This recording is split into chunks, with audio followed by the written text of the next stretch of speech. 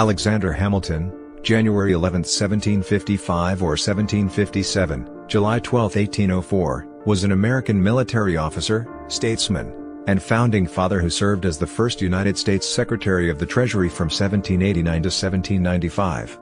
Born out of wedlock in Charlestown, Nevis, Hamilton was orphaned as a child, and taken in by a prosperous merchant. He pursued his education in New York before serving as an artillery officer in the American Revolutionary War.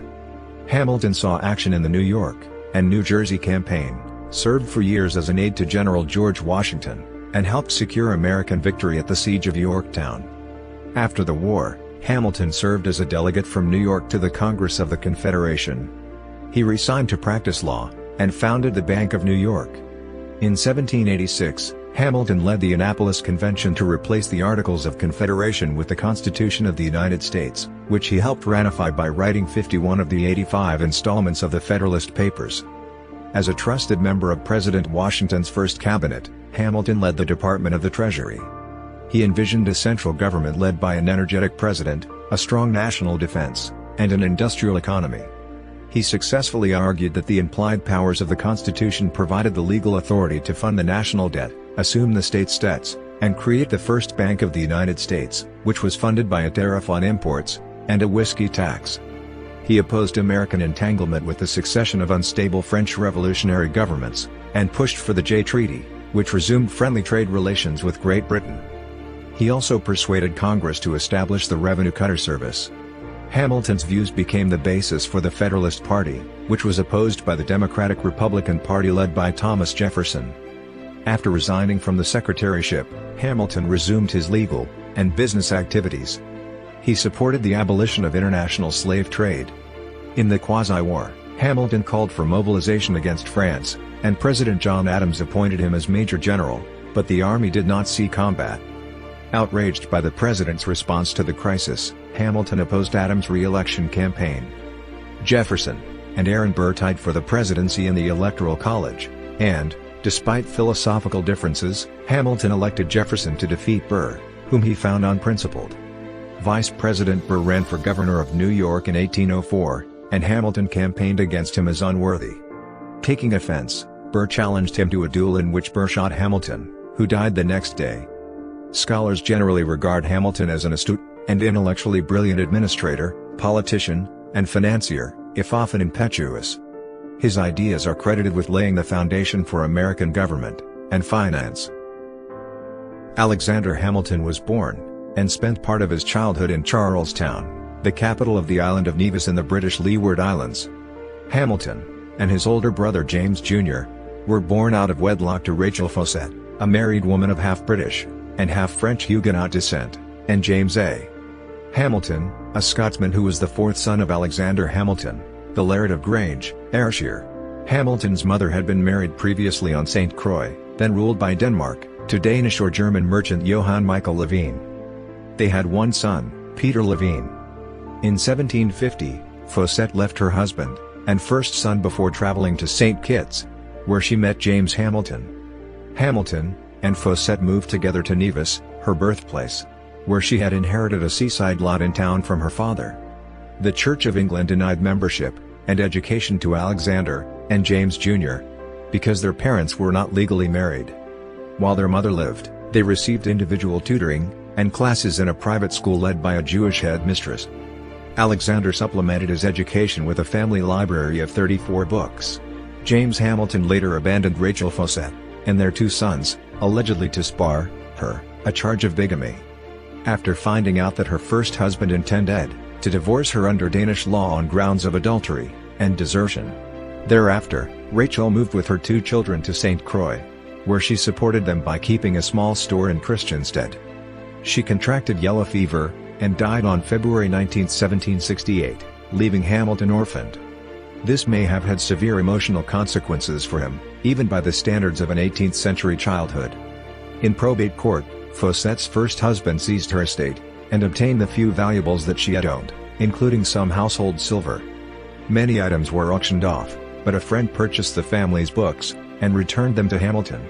Hamilton became a clerk at Beekman and Kruger, a local import-export firm that traded with New York and New England. He and James Jr. were briefly taken in by their cousin Peter Lytton. However, Lytton took his own life in July 1769, leaving his property to his mistress and their son, and the Hamilton brothers were subsequently separated. James Jr. apprenticed with a local carpenter, while Alexander was given a home by Thomas Stevens, a merchant from Nevis. Hamilton, despite being only in his teenage years, proved capable enough as a trader to be left in charge of the firm for 5 months in 1771 while the owner was at sea. He remained an avid reader, and later developed an interest in writing. He began to desire a life outside the island where he lived. He wrote a letter to his father that was a detailed account of a hurricane that had devastated Christiansted on August 30, 1772. The Presbyterian Reverend Hugh Knox, a tutor and mentor to Hamilton, submitted the letter for publication in the Royal Danish American Gazette. Biographer Ron Chernow found the letter astounding because for all its bombastic excesses, it does seem wondrous that a self-educated clerk could write with such verve and gusto, and that a teenage boy produced an apocalyptic fire and brimstone sermon viewing the hurricane as a divine rebuke to human vanity and pomposity. The essay impressed community leaders, who collected a fund to send Hamilton to the North American colonies for his education.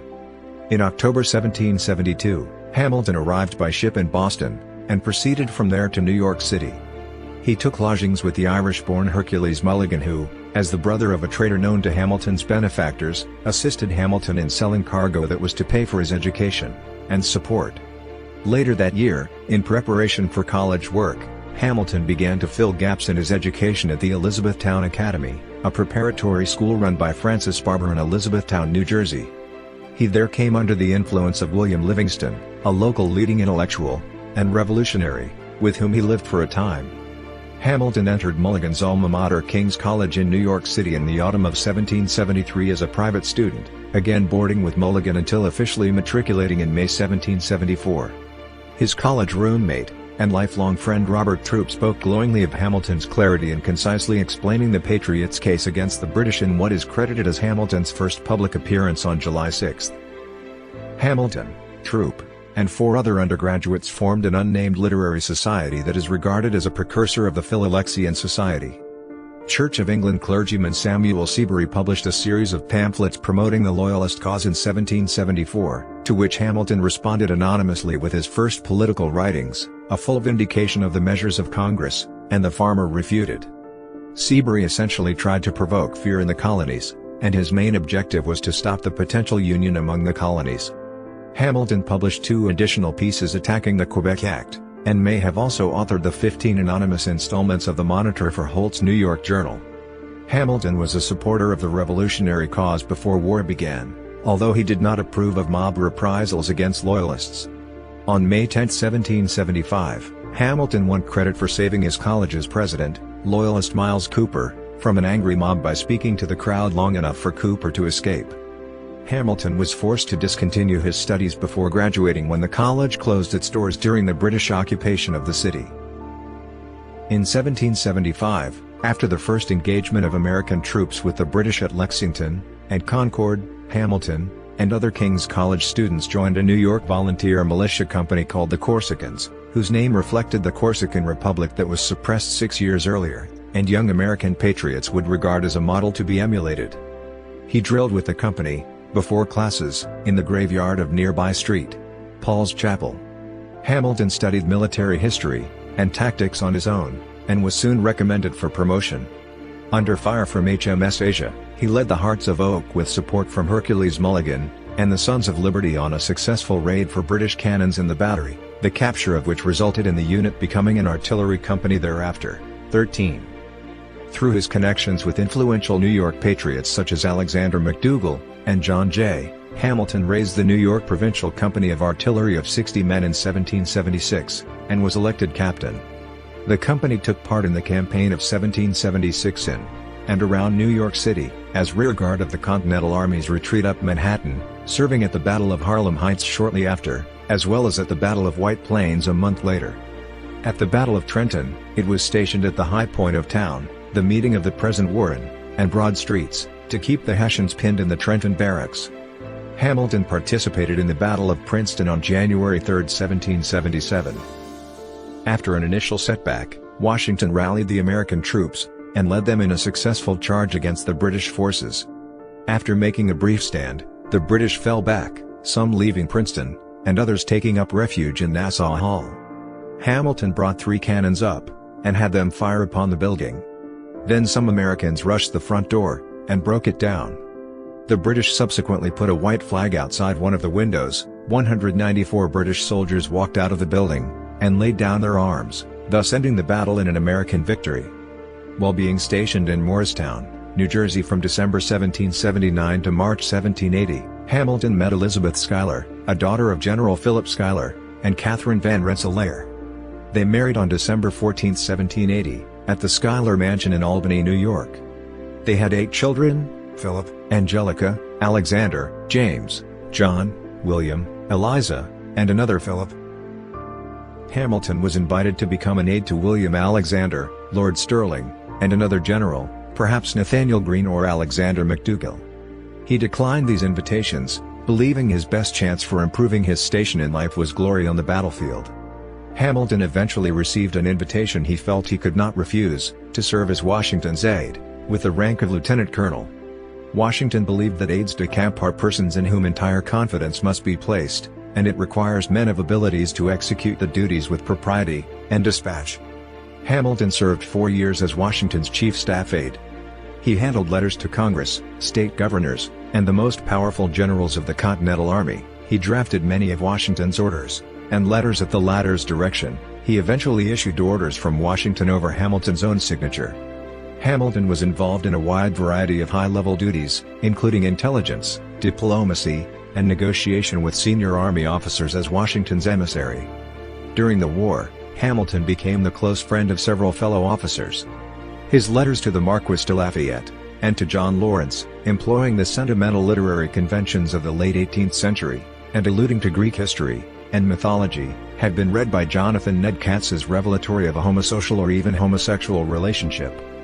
Biographer Gregory D. Massey, amongst others, by contrast, dismisses all such speculation as unsubstantiated, describing their friendship as purely platonic camaraderie instead, and placing their correspondence in the context of the flowery diction of the time. While on Washington's staff, Hamilton long sought command, and a return to active combat. As the war drew nearer to an end, he knew that opportunities for military glory were diminishing. On February 15, 1781, Hamilton was reprimanded by Washington after a minor misunderstanding.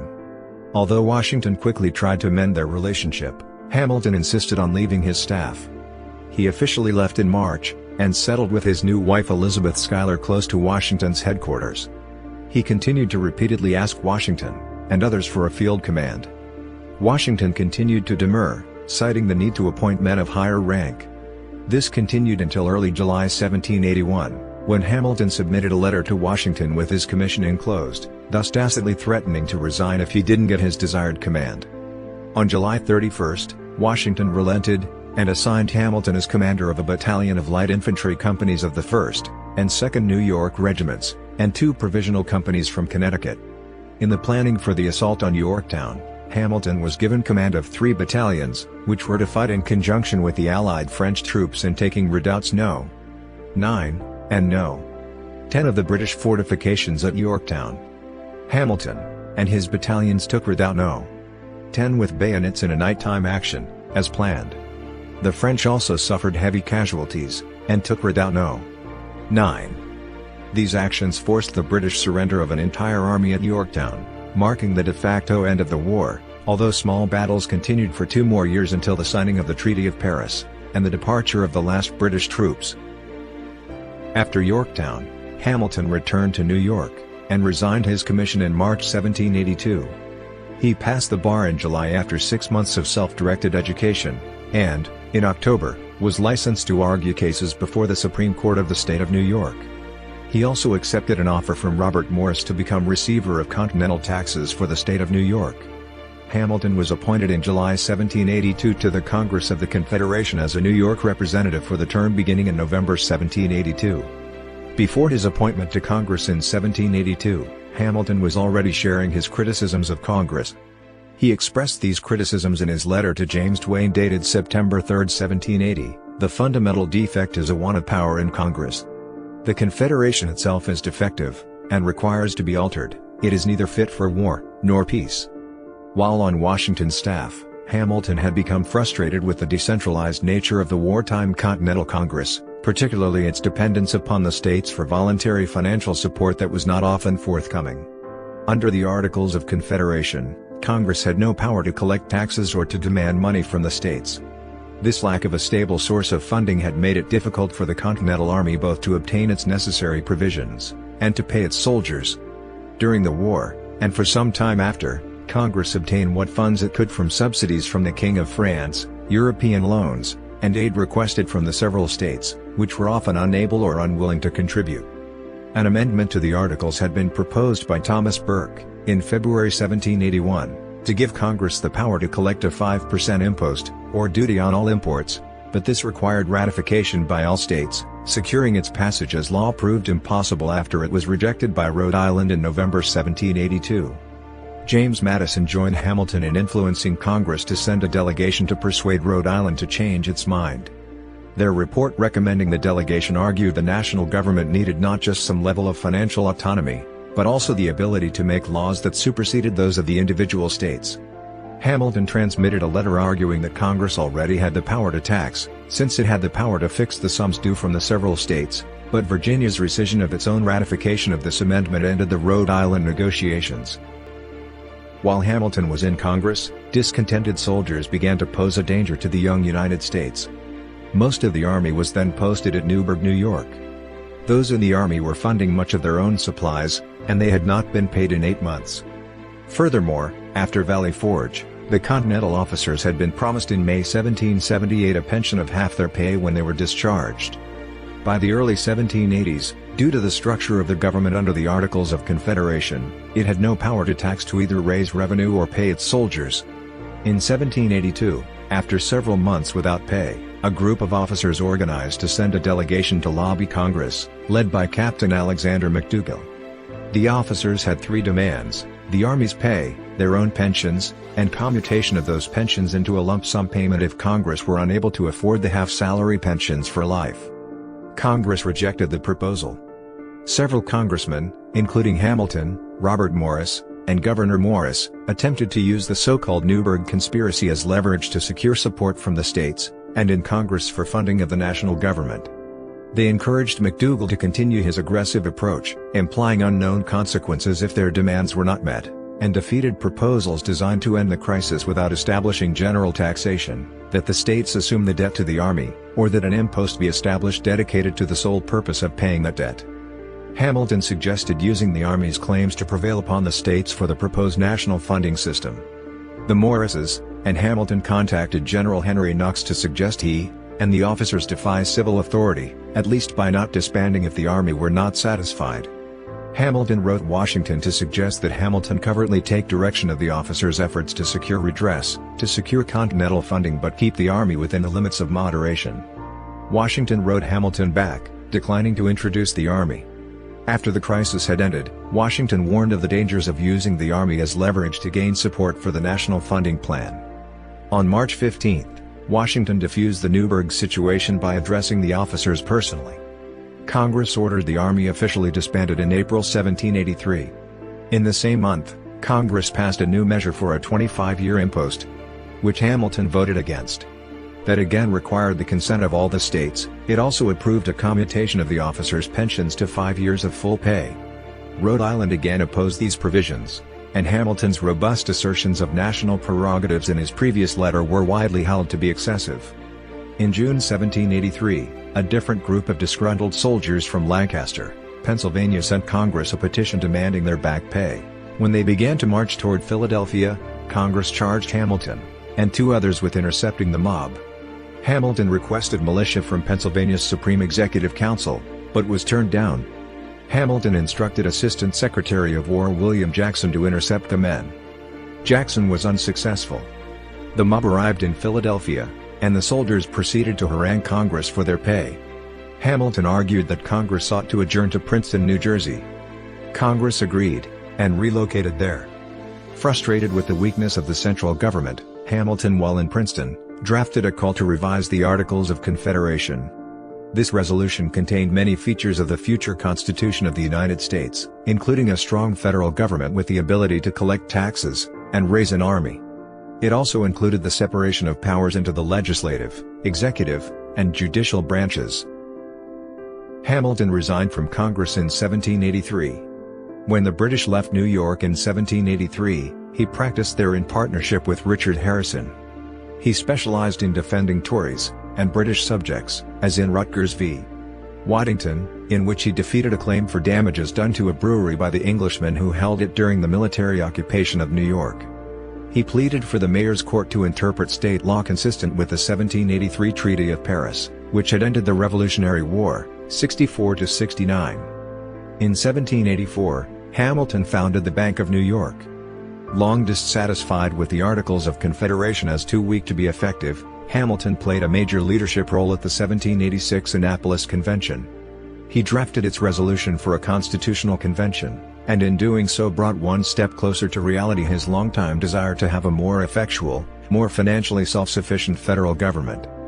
As a member of the legislature of New York, Hamilton argued forcefully, and at length in favor of a bill to recognize the sovereignty of the state of Vermont, against numerous objections to its constitutionality and policy.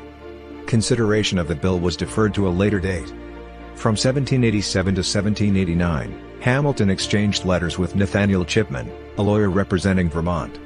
After the Constitution of the United States went into effect, Hamilton said, "One of the first subjects of deliberation with the new Congress will be the independence of Kentucky, for which the southern states will be anxious.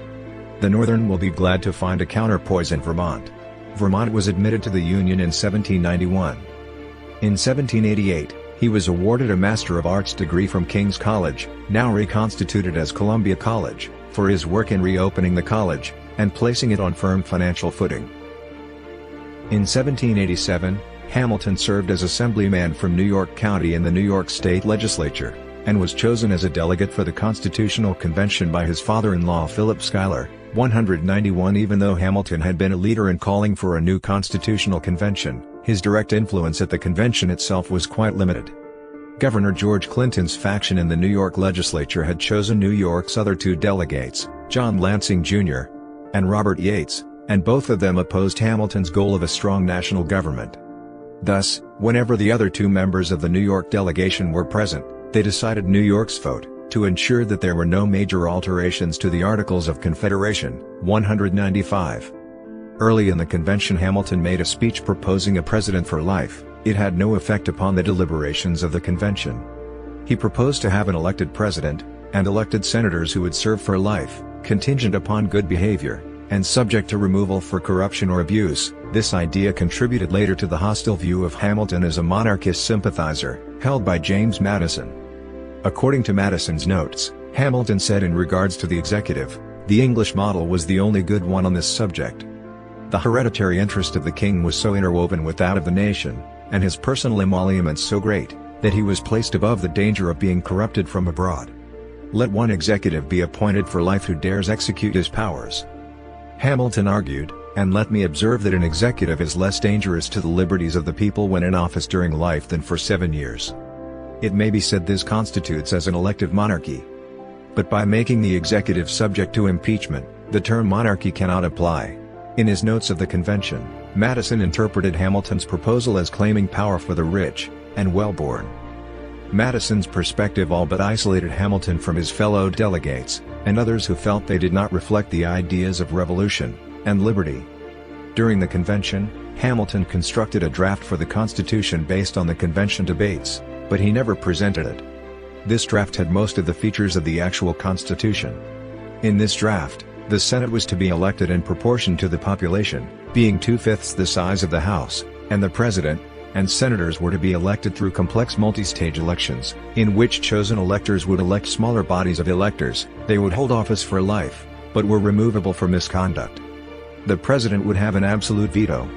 The Supreme Court was to have immediate jurisdiction over all lawsuits involving the United States, and state governors were to be appointed by the federal government. At the end of the convention, Hamilton was still not content with the final Constitution, but signed it anyway as a vast improvement over the Articles of Confederation, and urged his fellow delegates to do so also. Since the other two members of the New York delegation Lansing, and Yates, had already withdrawn. Hamilton was the only New York signer to the United States Constitution. 206 He then took a highly active part in the successful campaign for the document's ratification in New York in 1788, which was a crucial step in its national ratification. He first used the popularity of the Constitution by the masses to compel George Clinton to sign, but was unsuccessful. The state convention in Poughkeepsie in June 1788 pitted Hamilton, James Duane, Robert Livingston, and Richard Morris against the Clintonian faction led by Millington Smith, Lansing, Yates, and Gilbert Livingston. Members of Hamilton's faction were against any conditional ratification, under the impression that New York would not be accepted into the Union, while Clinton's faction wanted to amend the Constitution, while maintaining the state's right to secede if their attempts failed. During the state convention, New Hampshire, and Virginia becoming the 9th and 10th states to ratify the Constitution, respectively, had ensured any adjournment would not happen, and a compromise would have to be reached. Hamilton's arguments used for the ratifications were largely iterations of work from the Federalist Papers, and Smith eventually went for ratification, though it was more out of necessity than Hamilton's rhetoric. The vote in the state convention was ratified 30-27, on July 26, 1788. Hamilton recruited John Jay and James Madison to write the Federalist Papers, a series of essays, to defend the proposed Constitution. He made the largest contribution to that effort, writing 51 of the 85 essays published.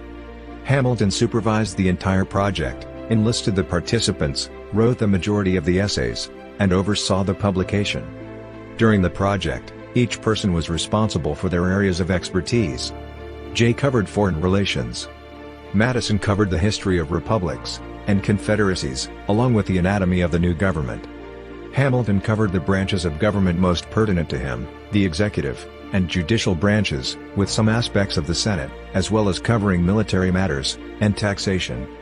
The papers first appeared in the Independent Journal on October 27, 1787. Hamilton wrote the first paper signed as Publius, and all of the subsequent papers were signed under the name. 210 Jay wrote the next 4 papers to elaborate on the Confederation's weakness, and the need for unity against foreign aggression, and against splitting into rival confederacies, and, except for No.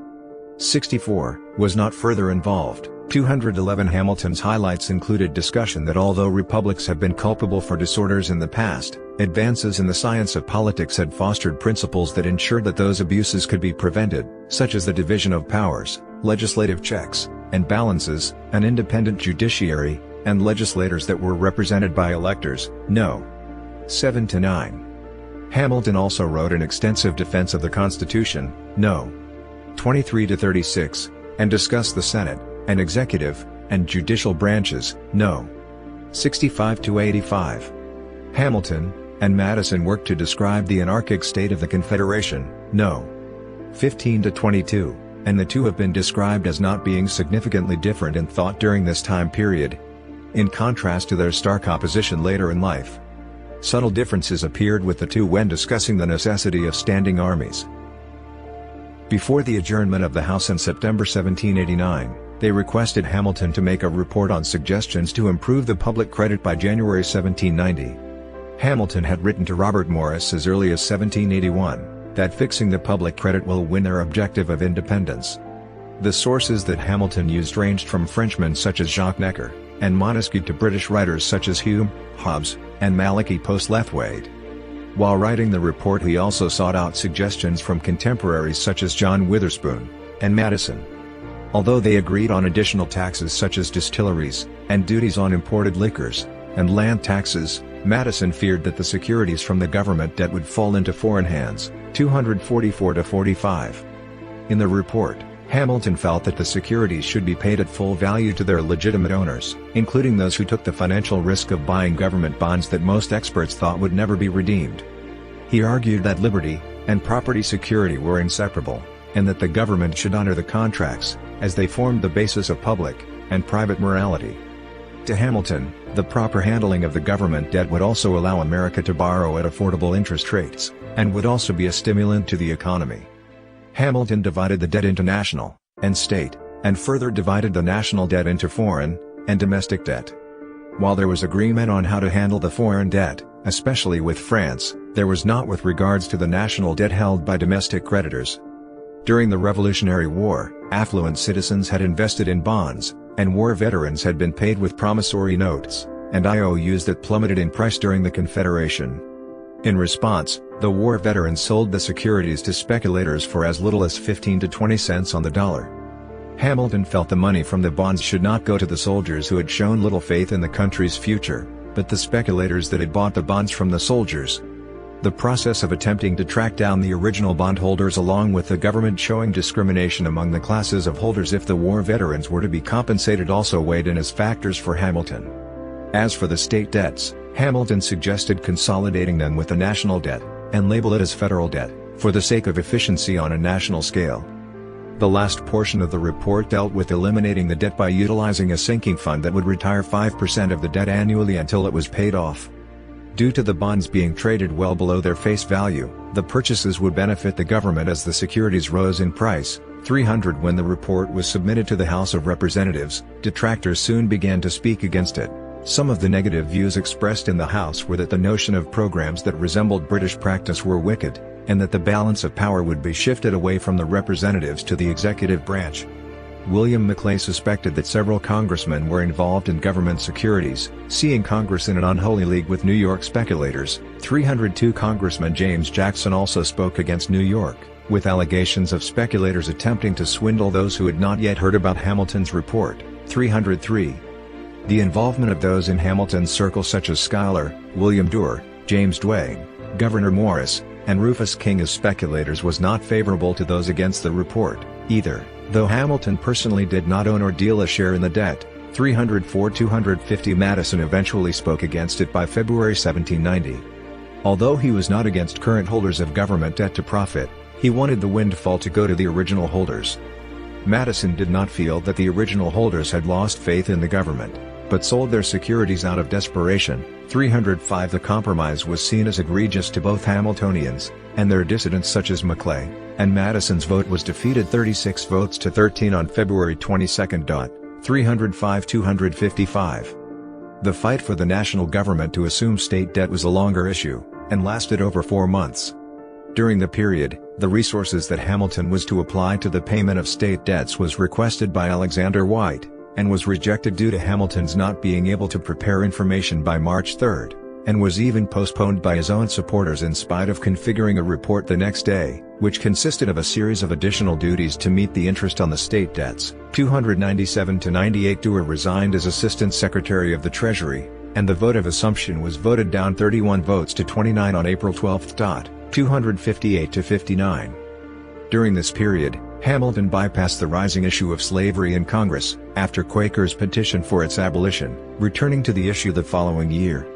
Another issue in which Hamilton played a role was the temporary location of the capital from New York City. Tench Coxe was sent to speak to Maclay to bargain about the capital being temporarily located to Philadelphia, as a single vote in the Senate was needed, and 5 in the House for the bill to pass. 263 Thomas Jefferson wrote years afterward that Hamilton had a discussion with him, around this time period, about the capital of the United States being relocated to Virginia by means of a pill that would be peculiarly bitter to the southern states, and that some concomitant measure should be adopted to sweeten it a little to them. 263 The bill passed in the Senate on July 21, and in the House 34 votes to 28 on July 26, 1790. 263. Hamilton's report on a national bank was a projection from the first report on the public credit. Although Hamilton had been forming ideas of a national bank as early as 1779, 268 he had gathered ideas in various ways over the past 11 years. These included theories from Adam Smith, extensive studies on the Bank of England, the blunders of the Bank of North America, and his experience in establishing the Bank of New York. He also used American records from James Wilson, Pelatiah Webster, Gouverneur Morris, and from his assistant Treasury Secretary Tench Coxe. He thought that this plan for a national bank could help in any sort of financial crisis.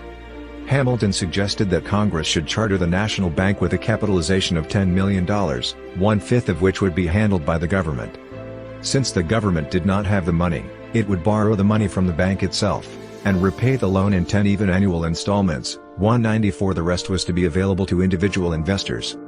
The bank was to be governed by a 25-member board of directors that was to represent a large majority of the private shareholders, which Hamilton considered essential for his being under a private direction. 268 Hamilton's bank model had many similarities to that of the Bank of England, except Hamilton wanted to exclude the government from being involved in public debt, but provide a large, firm, and elastic money supply for the functioning of normal businesses and usual economic development. Among other differences, 194-95 the tax revenue to initiate the bank was the same as he had previously proposed, increases on imported spirits, rum, liquor, and whiskey, 195-96. The bill passed through the Senate practically without a problem, but objections to the proposal increased by the time it reached the House of Representatives.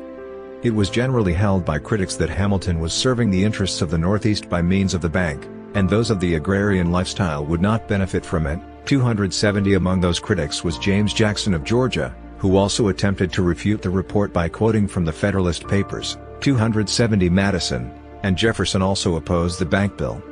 The potential of the capital not being moved to the Potomac if the bank was to have a firm establishment in Philadelphia was a more significant reason, and actions that Pennsylvania members of Congress took to keep the capital there made both men anxious. 199-200 The Whiskey Rebellion also showed how in other financial plans, there was a distance between the classes as the wealthy profited from the taxes. Madison warned the Pennsylvania Congress members that he would attack the bill as unconstitutional in the House, and followed up on his threat.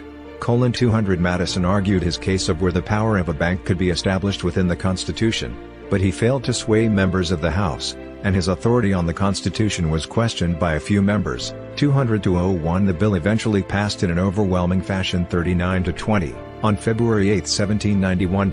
271. Washington hesitated to sign the bill, as he received suggestions from Attorney General Edmund Randolph, and Thomas Jefferson. Jefferson dismissed the necessary and proper clauses reasoning for the creation of a national bank, stating that the enumerated powers can all be carried into execution without a bank. 271-72 Along with Randolph and Jefferson's objections, Washington's involvement in the movement of the capital from Philadelphia is also thought to be a reason for his hesitation. 202-03 In response to the objection of the clause, Hamilton stated that necessary often means no more than needful, requisite, incidental, useful, or conductive to, and the bank was a convenient species of medium in which taxes are to be paid. 272-73 Washington would eventually sign the bill into law. 272-73. In 1791, Hamilton submitted the report on the establishment of a mint to the House of Representatives. Many of Hamilton's ideas for this report were from European economists, resolutions from the 1785 and 1786 Continental Congress meetings, and people such as Robert Morris, Gouverneur Morris, and Thomas Jefferson. 197. Because the most circulated coins in the United States at the time were Spanish currency, Hamilton proposed that minting a United States dollar weighing almost as much as the Spanish peso would be the simplest way to introduce a national currency.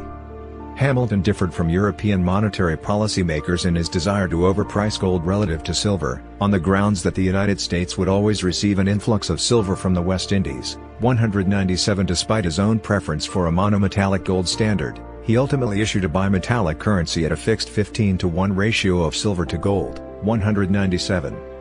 Hamilton proposed that the U.S. dollar should have fractional coins using decimals, rather than eighths like the Spanish coinage.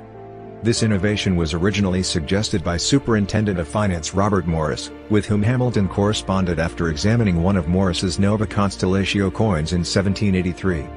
He also desired the minting of small value coins, such as silver 10-cent, and copper cent, and half-cent pieces, for reducing the cost of living for the poor. 198 One of his main objectives was for the general public to become accustomed to handling money on a frequent basis. 198.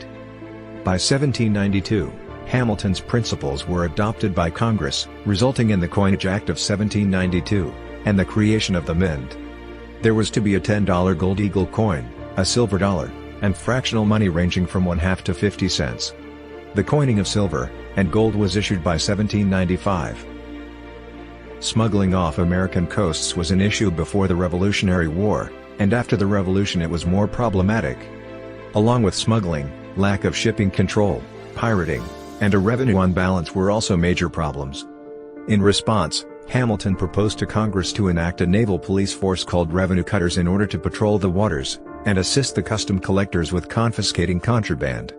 This idea was also proposed to assist in tariff controlling, boosting the American economy, and promote the merchant marine.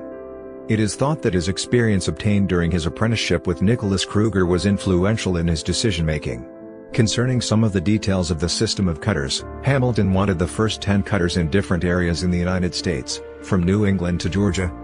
Each of those cutters was to be armed with 10 muskets, and bayonets, 20 pistols, 2 chisels, 1 broadaxe, and 2 lanterns. The fabric of the sails was to be domestically manufactured, and provisions were made for the employees' food supply, and etiquette when boarding ships. Congress established the Revenue Cutter Service on August 4, 1790, which is viewed as the birth of the United States Coast Guard. One of the principal sources of revenue Hamilton prevailed upon Congress to approve was an excise tax on whiskey.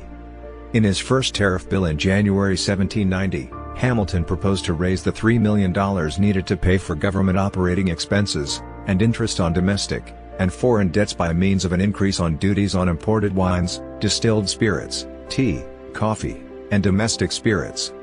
It failed, with Congress complying with most recommendations excluding the excise tax on whiskey. The same year, Madison modified Hamilton's tariff to involve only imported duties. It was passed in September.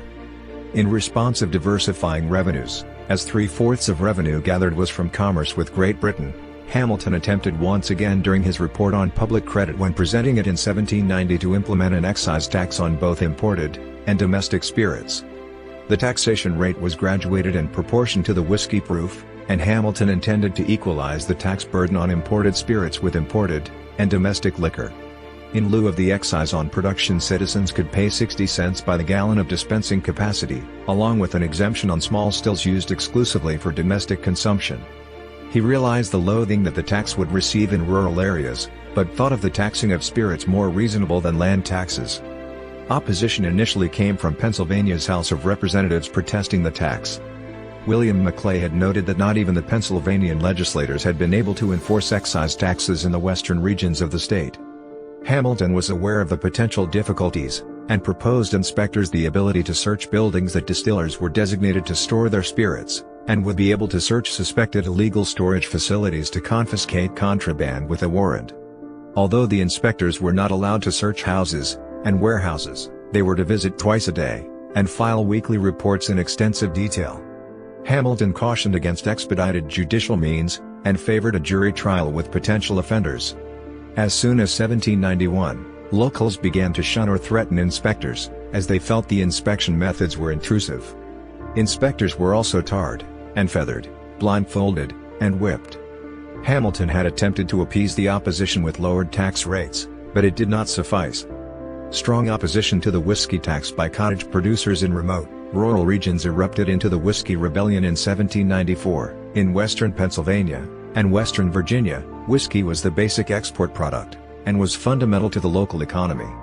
In response to the rebellion, believing compliance with the laws was vital to the establishment of federal authority, Hamilton accompanied to the rebellion site President Washington, General Henry Lighthorse Harry Lee, and more federal troops than were ever assembled in one place during the Revolution. This overwhelming display of force intimidated the leaders of the insurrection, ending the rebellion virtually without bloodshed. Hamilton's next report was his report on manufactures. Although he was requested by Congress on January 15, 1790, for a report for manufacturing that would expand the United States' independence, the report was not submitted until December 5, 1791. 274, 277 in the report, Hamilton quoted from Wealth of Nations, and used the French physiocrats as an example for rejecting agrarianism, and the physiocratic theory, respectively. 233 Hamilton also refuted Smith's ideas of government non-interference, as it would have been detrimental for trade with other countries. 244 Hamilton also thought that the United States, being a primarily agrarian country, would be at a disadvantage in dealing with Europe. In response to the agrarian detractors, Hamilton stated that the agriculturists' interest would be advanced by manufactures. 276, and that agriculture was just as productive as manufacturing. 233-276. Hamilton argued that developing an industrial economy is impossible without protective tariffs. Among the ways that the government should assist manufacturing, Hamilton argued for government assistance to infant industries so they can achieve economies of scale, by levying protective duties on imported foreign goods that were also manufactured in the United States, for withdrawing duties levied on raw materials needed for domestic manufacturing, 277, and pecuniary boundaries, 277. He also called for encouraging immigration for people to better themselves in similar employment opportunities. Congress shelved the report without much debate, except for Madison's objection to Hamilton's formulation of the General Welfare Clause, which Hamilton construed liberally as a legal basis for his extensive programs. In 1791, Hamilton, along with Cox, and several entrepreneurs from New York and Philadelphia formed the Society for the Establishment of Useful Manufactures, a private industrial corporation. In May 1792, the directors decided to examine the Passaic Falls as a possible location for a manufacturing center. On July 4, 1792, the Society directors met Philip Schuyler at Abraham Godwin's Hotel on the Passaic River, where they would lead a tour prospecting the area for the national manufactory. It was originally suggested that they dig mile-long trenches, and build the factories away from the falls, but Hamilton argued that it would be too costly, and laborious. The location at Great Falls of the Passaic River in New Jersey was selected due to access to raw materials, it being densely inhabited, and having access to water power from the falls of the Passaic. 231. The factory town was named Paterson after New Jersey's Governor William Paterson, who signed the charter. 232. The profits were to derive from specific corporates rather than the benefits to be conferred to the nation and the citizens, which was unlike the report. Hamilton also suggested the first stock to be offered at $500,000, and to eventually increase to $1 million, and welcomed state and federal government subscriptions alike. 280. The company was never successful, numerous shareholders reneged on stock payments, some members soon went bankrupt, and William Duer, the governor of the program, was sent to debtor's prison where he died. In spite of Hamilton's efforts to mend the disaster, the company folded. When France and Britain went to war in early 1793, all four members of the cabinet were consulted on what to do. They and Washington unanimously agreed to remain neutral, and to have the French ambassador who was raising privateers and mercenaries on American soil, Edmond Charles Genet, recalled. 336-41. However, in 1794, policy toward Britain became a major point of contention between the two parties. Hamilton and the Federalists wished for more trade with Britain, the largest trading partner of the newly formed United States. The Republicans saw monarchist Britain as the main threat to republicanism, and proposed instead to start a trade war. 327-28. To avoid war, Washington sent Chief Justice John Jay to negotiate with the British, with Hamilton largely writing Jay's instructions. The result was a treaty denounced by the Republicans, but Hamilton mobilized support throughout the land. The Jay Treaty passed the Senate in 1795 by exactly the required two-thirds majority. The treaty resolved issues remaining from the Revolution, averted war, and made possible 10 years of peaceful trade between the United States and Britain. Ch9 historian George Herring notes the remarkable and fortuitous economic and diplomatic gains produced by the treaty. Several European states had formed the Second League of Armed Neutrality against incursions on their neutral rights. The cabinet was also consulted on whether the United States should join the alliance, and decided not to. It kept that decision secret, but Hamilton revealed it in private to George Hammond, the British minister to the United States, without telling Jay or anyone else. His act remained unknown until Hammond's dispatches were read in the 1920s. This revelation may have had limited effect on the negotiations. Jay did threaten to join the League at one point, but the British had other reasons not to view the alliance as a serious threat. 411 ff. Hamilton's wife suffered a miscarriage while he was absent during his armed repression of the Whiskey Rebellion. In the wake of this, Hamilton tendered his resignation from office on December 1, 1794, giving Washington 2 months' notice. Before leaving his post on January 31, 1795, Hamilton submitted the report on a plan for the further support of public credit to Congress to curb the debt problem. Hamilton grew dissatisfied with what he viewed as a lack of a comprehensive plan to fix the public debt. He wished to have new taxes passed with older ones made permanent, and stated that any surplus from the excise tax on liquor would be pledged to lower public debt. His proposals were included in a bill by Congress within slightly over a month after his departure as Treasury Secretary. Some months later, Hamilton resumed his law practice in New York to remain closer to his family. Hamilton's vision was challenged by Virginia agrarians Thomas Jefferson and James Madison, who formed the Democratic-Republican Party. They favored strong state governments based in rural America, and protected by state militias as opposed to a strong national government supported by a national army and navy. They denounced Hamilton as insufficiently devoted to republicanism, too friendly toward corrupt Britain and the monarchy in general, and too oriented toward cities, business, and banking. The two-party system began to emerge as political parties coalesced around competing interests. A congressional caucus, led by Madison, Jefferson, and William Branch Giles, began as an opposition group to Hamilton's financial programs. Hamilton and his allies began to call themselves the Federalists. Hamilton assembled a nationwide coalition to garner support for the administration, including the expansive financial programs Hamilton had made administration policy, and especially the president's policy of neutrality in the European war between Britain and France.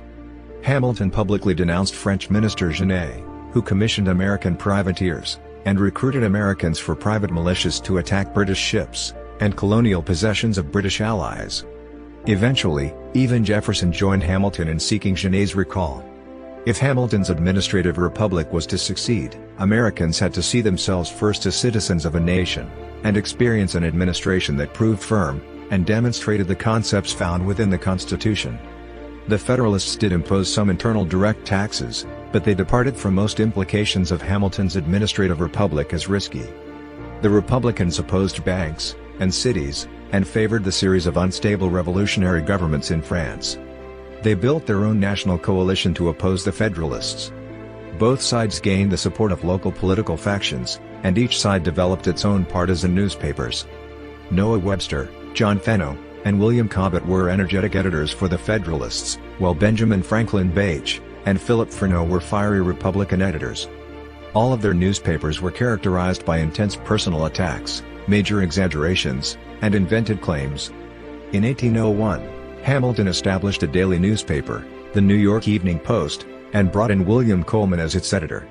Hamilton's and Jefferson's incompatibility was heightened by the unavowed wish of each to be Washington's principal and most trusted advisor. An additional partisan irritant to Hamilton was the 1791 United States Senate election in New York, which resulted in the election of Democratic-Republican candidate Aaron Burr over Federalist candidate Philip Schuyler, the incumbent, and Hamilton's father-in-law. Hamilton blamed Burr personally for this outcome, and negative characterizations of Burr began to appear in his correspondence thereafter. The two men did work together from time to time thereafter on various projects, including Hamilton's Army of 1798, and the Manhattan Water Company. Hamilton's resignation as Secretary of the Treasury in 1795 did not remove him from public life. With the resumption of his law practice, he remained close to Washington as an advisor and friend. Hamilton influenced Washington in the composition of his farewell address by writing drafts for Washington to compare with the latter's draft, although when Washington contemplated retirement in 1792, he had consulted Madison for a draft that was used in a similar manner to Hamilton's. In the election of 1796, under the Constitution as it stood then, each of the presidential electors had 2 votes, which they were to cast for different men from different states. The one who received the most votes would become president, the second most, vice president. This system was not designed with the operation of parties in mind, as they had been thought disreputable and factious. The Federalists planned to deal with this by having all their electors vote for John Adams, then vice president, and all but a few for Thomas Pinckney. Adams resented Hamilton's influence with Washington, and considered him overambitious and scandalous in his private life. Hamilton compared Adams unfavorably with Washington, and thought him too emotionally unstable to be president. Hamilton took the election as an opportunity. He urged all the Northern electors to vote for Adams and Pinckney, lest Jefferson get in, but he cooperated with Edward Rutledge to have South Carolina's electors vote for Jefferson and Pinckney. If all this worked, Pinckney would have more votes than Adams, Pinckney would become president, and Adams would remain vice president, but it did not work. The Federalists found out about it, and Northern Federalists voted for Adams but not for Pinckney, in sufficient numbers that Pinckney came in third, and Jefferson became vice president. Adams resented the intrigue since he felt his service to the nation was much more extensive than Pinckney's. In the summer of 1797, Hamilton became the first major American politician publicly involved in a sex scandal. 6 years earlier, in the summer of 1791, 34-year-old Hamilton became involved in an affair with 23-year-old Maria Reynolds. According to Hamilton's account, Maria approached him at his house in Philadelphia, claiming that her husband James Reynolds was abusive, and had abandoned her, and she wished to return to her relatives in New York but lacked the means. 366-69 Hamilton recorded her address, and subsequently delivered $30 personally to her boarding house, where she led him into her bedroom, and some conversation ensued from which it was quickly apparent that other than pecuniary consolation would be acceptable. The two began an intermittent illicit affair that lasted approximately until June 1792. Over the course of that year, while the affair was taking place, James Reynolds was well aware of his wife's infidelity, and likely orchestrated it from the beginning. He continually supported their relationship to extort blackmail money regularly from Hamilton. The common practice of the day for men of equal social standing was for the wronged husband to seek retribution in a duel, but Reynolds, of a lower social status, and realizing how much Hamilton had to lose if his activity came into public view, resorted to extortion. After an initial request of $1,000 to which Hamilton complied, Reynolds invited Hamilton to renew his visits to his wife as a friend, only to extort forced loans after each visit that, most likely in collusion, Maria solicited with her letters. In the end, the blackmail payments totaled over $1,300 including the initial extortion. 369 Hamilton at this point may have been aware of both spouses being involved in the blackmail, and he welcomed, and strictly complied with James Reynolds' request to end the affair. In November 1792, James Reynolds, and his associate Jacob Clingman were arrested for counterfeiting, and speculating in Revolutionary War veterans' unpaid back wages. Clingman was released on bail, and relayed information to Democratic-Republican Congressman James Monroe that Reynolds had evidence incriminating Hamilton in illicit activity as Treasury Secretary. Monroe consulted with Congressman Muhlenberg and Venable on what actions to take, and the congressman confronted Hamilton on December 15, 1792. Hamilton refuted the suspicions of speculation by exposing his affair with Maria, and producing as evidence the letters by both of the Reynolds, proving that his payments to James Reynolds related to blackmail over his adultery, and not to Treasury misconduct. The trio agreed on their honor to keep the documents privately with the utmost confidence. 366-69. In the summer of 1797, however, the notoriously scurrilous journalist James T. Callender published A History of the United States for the year 1796, 334. The pamphlet contained accusations, based on documents from the confrontation of December 15, 1792, taken out of context, that James Reynolds had been an agent of Hamilton. On July 5, 1797, Hamilton wrote to Monroe, Muhlenberg, and Venable, asking them to confirm that there was nothing that would damage the perception of his integrity while Secretary of Treasury. All but Monroe complied with Hamilton's request. Hamilton then published a 100-page booklet, later usually referred to as the Reynolds pamphlet, and discussed the affair in indelicate detail for the time. Hamilton's wife Elizabeth eventually forgave him, but never forgave Monroe. Although Hamilton faced ridicule from the Democratic-Republican faction, he maintained his availability for public service. 334-36. During the military build-up of the Quasi-War, and with the strong endorsement of Washington, Adams reluctantly appointed Hamilton a Major General of the Army. At Washington's insistence, Hamilton was made the senior Major General, prompting Continental Army Major General Henry Knox to decline the appointment to serve as Hamilton's junior, believing it would be degrading to serve beneath him. Hamilton served as Inspector General of the United States Army from July 18, 1798, to June 15, 1800. Because Washington was unwilling to leave Mount Vernon unless it were to command an army in the field, Hamilton was the de facto head of the army, to Adams's considerable displeasure. If full-scale war broke out with France, Hamilton argued that the army should conquer the North American colonies of France's ally, Spain, bordering the United States. Hamilton was prepared to march the army through the southern United States if necessary. To fund this army, Hamilton wrote regularly to Oliver Wolcott Jr., his successor at the Treasury, Representative William Lawton Smith, and U.S. Senator Theodore Sedgwick. He urged them to pass a direct tax to fund the war. Smith resigned in July 1797, as Hamilton complained to him for slowness, and urged Wolcott to tax houses instead of land. The eventual program included taxes on land, houses, and slaves, calculated at different rates in different states, and requiring assessment of houses, and a stamp act like that of the British before the Revolution, though this time Americans were taxing themselves through their own representatives. This provoked resistance in southeastern Pennsylvania nevertheless, led primarily by men such as John Fries who had marched with Washington against the Whiskey Rebellion. Hamilton aided in all areas of the Army's development, and after Washington's death he was by default the senior officer of the United States Army from December 14, 1799, to June 15, 1800. The Army was to guard against invasion from France. Adams, however, derailed all plans for war by opening negotiations with France that led to peace. There was no longer a direct threat for the army Hamilton was commanding to respond to. Adams discovered that key members of his cabinet, namely Secretary of State Timothy Pickering, and Secretary of War James McHenry, were more loyal to Hamilton than himself. Adams fired them in May 1800.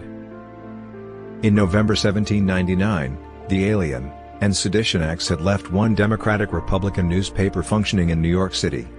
When the last newspaper, the New Daily Advertiser, reprinted an article saying that Hamilton had attempted to purchase the Philadelphia Aurora to close it down, Hamilton had the publisher prosecuted for seditious libel, and the prosecution compelled the owner to close the paper. In the 1800 election, Hamilton worked to defeat not only the Democratic Republicans, but also his party's own nominee, John Adams. 392-99. Aaron Burr had won New York for Jefferson in May. Now Hamilton proposed a rerun of the election under different rules, with carefully drawn districts, and each choosing an elector, such that the Federalists would split the electoral vote of New York. Jay, who had resigned from the Supreme Court to be governor of New York, wrote on the back of a letter, proposing a measure for party purposes which it would not become me to adopt, and declined to reply. Adams was running this time with Charles Cotesworth Pinckney, the elder brother of former vice presidential candidate Thomas. Hamilton toured New England, again urging Northern electors to hold firm for Pinckney in the renewed hope of making Pinckney president, and he again intrigued in South Carolina. 350-51. Hamilton's ideas involved coaxing Middle State Federalists to assert their non-support for Adams if there was no support for Pinckney, and writing to more of the modest supports of Adams concerning his supposed misconduct while president.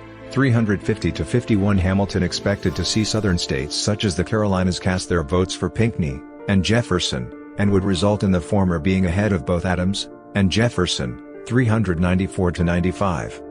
In accordance with the second of the aforementioned plans, and a recent personal rift with Adams, 351. Hamilton wrote a pamphlet called Letter from Alexander Hamilton, concerning the public conduct and character of John Adams, Esquire, President of the United States, that was highly critical of him, though it closed with a tepid endorsement. 396. He mailed this to 200 leading Federalists. When a copy fell into the Democratic Republicans' hands, they printed it. This hurt Adams's re-election campaign, and split the Federalist Party, virtually assuring the victory of the Democratic-Republican Party, led by Jefferson. In the election of 1800, it diminished Hamilton's position among many Federalists.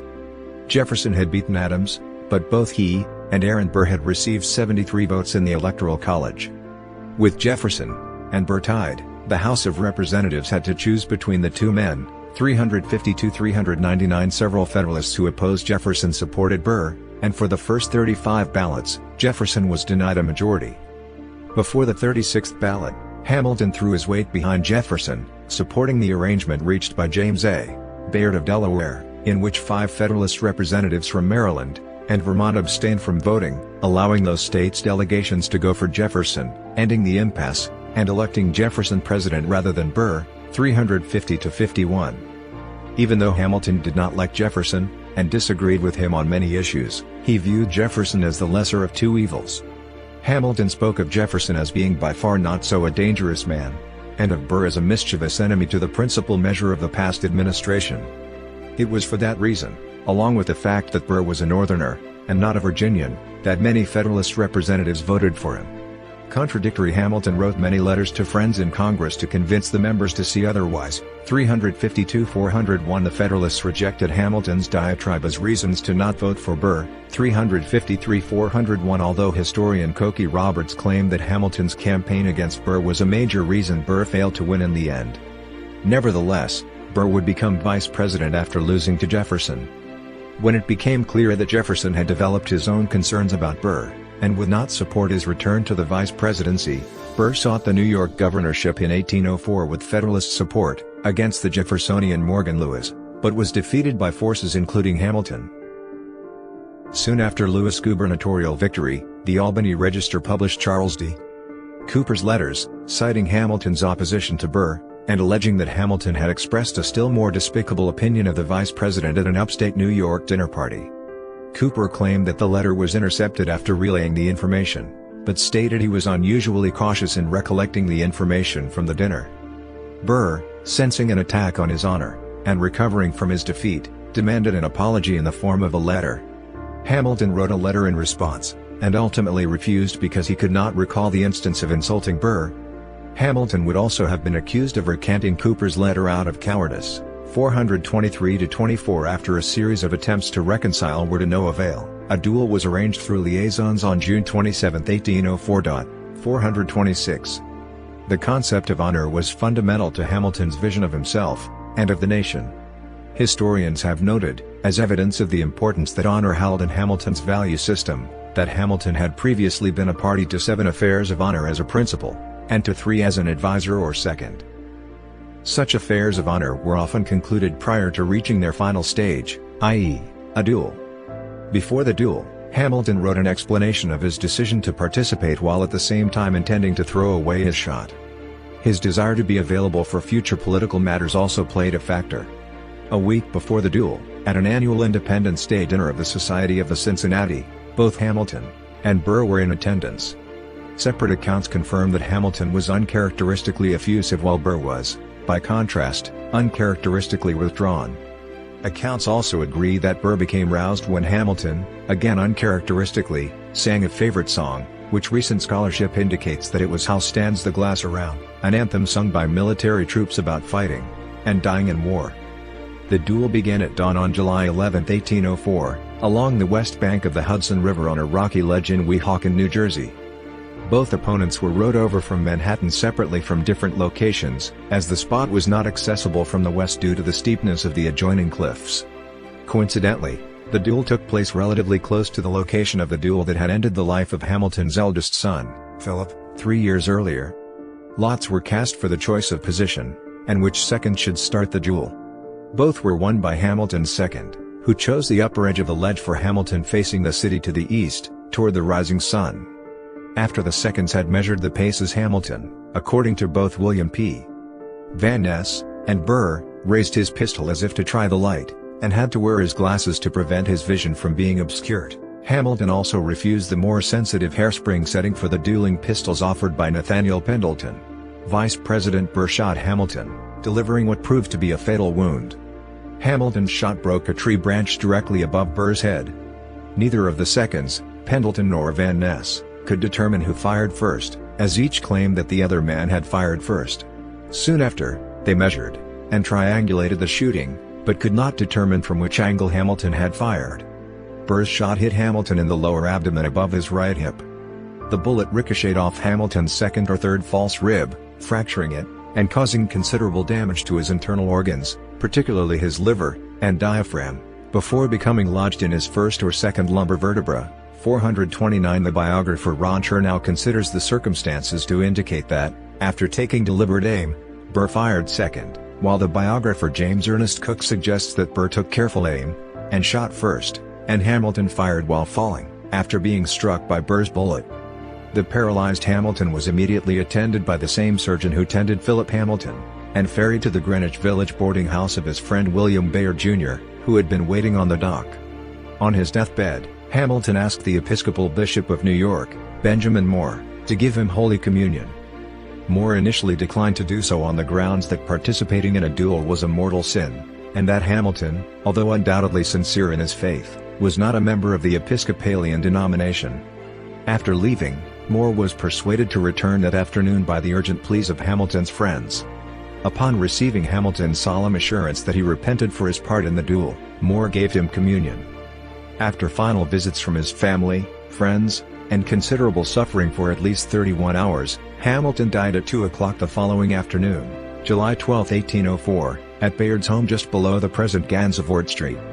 The city fathers halted all business at noon 2 days later for Hamilton's funeral. The procession route of about 2 miles organized by the Society of the Cincinnati had so many participants of every class of citizen that it took hours to complete, and was widely reported nationwide by newspapers. Moore conducted the funeral service at Trinity Church. Governor Morris gave the eulogy, and secretly established a fund to support his widow and children. Hamilton was buried in the church's cemetery. Hamilton's birthplace had a large Jewish community, constituting 1/4 of Charlestown's white population by the 1720s. His degree of respect for Jews was described by Chernow as a lifelong reverence. He came into contact with Jews on a regular basis, having been tutored by a Jewish schoolmistress. As a small boy, he learned to recite the Ten Commandments in Biblical Hebrew, and he believed that Jewish achievement was a result of divine providence. Some evidence suggests that Hamilton was born and raised Jewish, but little is known for certain. As a youth in the West Indies, Hamilton was an Orthodox and conventional Presbyterian of the New Lights. He was taught there by a student of John Witherspoon, a moderate of the New School. He wrote 2 or 3 hymns, which were published in the local newspaper. Robert Troup, his college roommate, noted that Hamilton was in the habit of praying on his knees night and morning. 10. According to Gordon Wood, Hamilton dropped his youthful religiosity during the Revolution, and became a conventional liberal with theistic inclinations who was an irregular churchgoer at best. However, he returned to religion in his last years. Chernow wrote that Hamilton was nominally an Episcopalian, but he was not clearly affiliated with the denomination, and did not seem to attend church regularly or take communion. Like Adams, Franklin, and Jefferson, Hamilton had probably fallen under the sway of deism, which sought to substitute reason for revelation, and dropped the notion of an active God who intervened in human affairs. At the same time, he never doubted God's existence, embracing Christianity as a system of morality and cosmic justice. Stories were circulated that Hamilton had made 2 quips about God at the time of the Constitutional Convention in 1787. During the French Revolution, he displayed a utilitarian approach to using religion for political ends, such as by maligning Jefferson as the atheist, and insisting that Christianity and Jeffersonian democracy were incompatible. 316 After 1801, Hamilton further attested his belief in Christianity, proposing a Christian constitutional society in 1802 to take hold of some strong feeling of the mind to elect fit men to office, and advocating Christian welfare societies for the poor. After being shot, Hamilton spoke of his belief in God's mercy. Hamilton's interpretations of the Constitution set forth in the Federalist Papers remain highly influential, as seen in scholarly studies and court decisions. Although the Constitution was ambiguous as to the exact balance of power between national and state governments, Hamilton consistently took the side of greater federal power at the expense of the states. As Secretary of the Treasury, he established, against the intense opposition of Secretary of State Jefferson, the country's first de facto central bank. Hamilton justified the creation of this bank, and other federal powers, under Congress's constitutional authority to issue currency, regulate interstate commerce, and do anything else that would be necessary and proper to enact the provisions of the Constitution. On the other hand, Jefferson took a stricter view of the Constitution. Parsing the text carefully, he found no specific authorization for a national bank. This controversy was eventually settled in McCulloch v. Maryland, which essentially adopted Hamilton's view, granting the federal government broad freedom to select the best means to execute its constitutionally enumerated powers, essentially confirming the doctrine of implied powers. Nevertheless, the American Civil War and the Progressive Era demonstrated the sorts of crises and politics Hamilton's administrative republic sought to avoid. How? Hamilton's policies have greatly affected the United States government. His constitutional interpretation, particularly of the necessary and proper clause, set precedents for federal authority that are still used by the courts, and are considered an authority on constitutional interpretation. French diplomat Charles Maurice de Talleyrand-Périgord, who spent 1794 in the United States, wrote, "I consider Napoleon, Fox, and Hamilton the 3 greatest men of our epoch, and if I were forced to decide between the 3, I would give without hesitation the first place to Hamilton," adding that Hamilton had intuited the problems of European conservatives. Opinions of Hamilton have run the gamut, as both Adams and Jefferson viewed him as unprincipled and dangerously aristocratic. Hamilton's reputation was mostly negative in the eras of Jeffersonian democracy and Jacksonian democracy. The older Jeffersonian view attacked Hamilton as a centralizer, sometimes to the point of accusations that he advocated monarchy. By the Progressive Era, Herbert Croly, Henry Cabot Lodge, and Theodore Roosevelt praised his leadership of a strong government. Several Republicans in 19th and 20th centuries entered politics by writing laudatory biographies of Hamilton. According to Sean Wilentz, more recent views of Hamilton and his reputation have been favorable among scholars, who portray him as the visionary architect of the modern liberal capitalist economy, and of a dynamic federal government headed by an energetic executive. Conversely, modern scholars favoring Hamilton have portrayed Jefferson and his allies as naive, dreamy idealists. Hamilton is not known to have ever owned slaves, although members of his family were slave owners.